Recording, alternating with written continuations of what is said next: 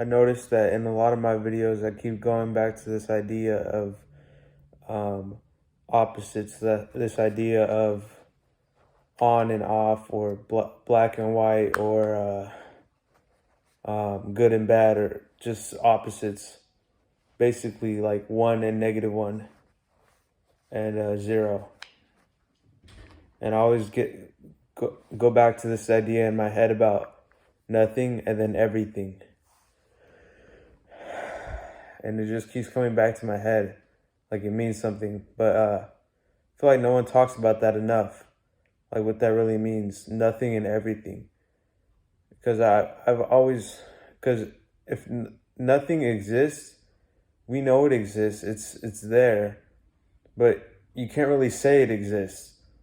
So it's a paradox, because it exists and it doesn't exist. So, like, how is that possible? How is something that's not even anything, how does that exist and not exist? How does that work? How does that work? Because um, it really comes back to my head. And when I was like 10 or 11 or 12 or something like that, I would try to go back to the furthest memory I remember, like the earliest memory I ever had, and I try to think back to before that, to before I was born, and before that. And I got this idea that what would I do? Where would I be? Literally, like, where would I be if I didn't exist?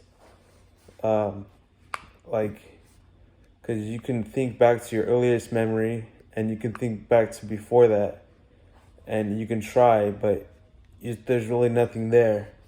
So this thought that I came up with, it was that if I didn't exist, where would I be? And I just pictured this black void. It was like space, and I just pictured this black void, and that's where I'd be if I didn't exist. And that you can't have that, because that doesn't exist either. So at the end of the day, you only exist because you can't not exist.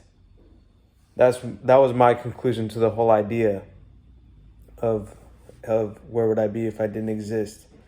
And so I just rethought about that right now. And I just keep going back to this idea of nothing and everything. Because, and if you think about it, even everything includes the idea of nothing. How is that possible? And it's just like, with all the science and math that scientists have created, and mathematicians have created, you know, stuff like that really doesn't make any sense at all. Maybe all the math and stuff, maybe that won't, maybe because humans created it, because it was man-made math, that it won't justify a lot of things in this universe.